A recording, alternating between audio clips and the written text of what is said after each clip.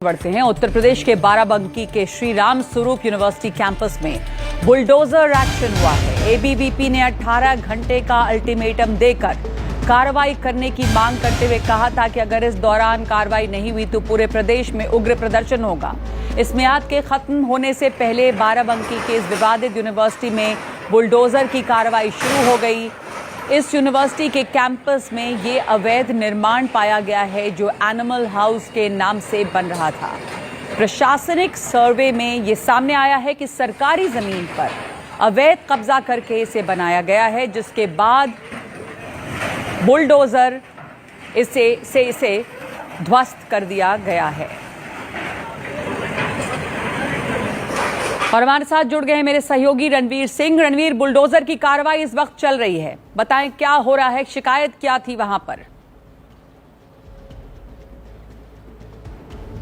देखिए, राम स्वरूप यूनिवर्सिटी बाराबंकी में है और इसको लेकर के मान्यता का विवाद शुरू हुआ था। अखिल भारतीय विद्यार्थी परिषद के कार्यकर्ता आए थे, उन्होंने कहा लॉ की मान्यता नहीं है और फिर भी पढ़ाई हो रही है। इसको लेकर के प्रदर्शन में पुलिस ने लाठी चलाई थी।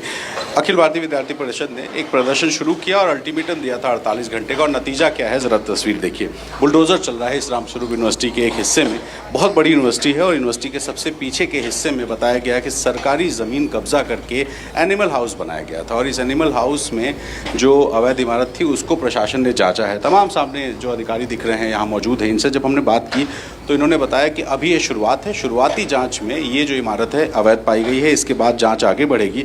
यूनिवर्सिटी बहुत बड़ी है, लगभग 1 किलोमीटर से ज़्यादा लंबा कैंपस है, तो बाकी यूनिवर्सिटी के हिस्सों की भी जांच होगी और अगर जो भी हिस्सा अवैध पाया जाएगा उसको इस तरह से कार्रवाई होगी। तो जो ये इमारत है इसकी दाहिनी तरफ आप देखेंगे तो ये खेत है, तो अगल बगल गांव हैं और इस खेत के पास में एक ग्राम समाज की ज़मीन थी जहां ये एनिमल हाउस बनाया गया। लेकिन सबसे बड़ी बात यह है कि एबीवीपी के प्रदर्शन ने प्रशासन को, शासन को कहीं ना कहीं दबाव डाला था। 48 घंटे का अल्टीमेटम देकर और ये कहा था कि अगर कार्रवाई नहीं हुई तो पूरे प्रदेश में उग्र प्रदर्शन होगा। कल भी मशाल जुलूस हुआ था। इससे पहले ओम प्रकाश राजभर के घर पे टिप्पणी की गई थी कि गुंडागर्दी, इसको लेकर के एबीवीपी कार्यकर्ता धरना प्रदर्शन करने बैठे थे। और अगर उससे पहले देखेंगे कि एबीवीपी के जो कार्यकर्ता पुलिस के लाठीचार्ज में घायल हुए थे, उनको देखने के लिए सपा और कांग्रेस के नेता पहुँच गए थे।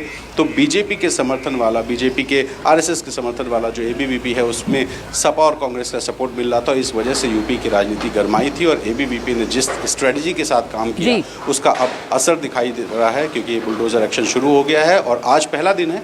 आगे भी संभव है कि इस तरह का एक्शन दिखाई। बिल्कुल, धन्यवाद आपका रणवीर। बुलडोजर एक्शन इस वक्त जारी है और तुरंत कार्रवाई की गई है।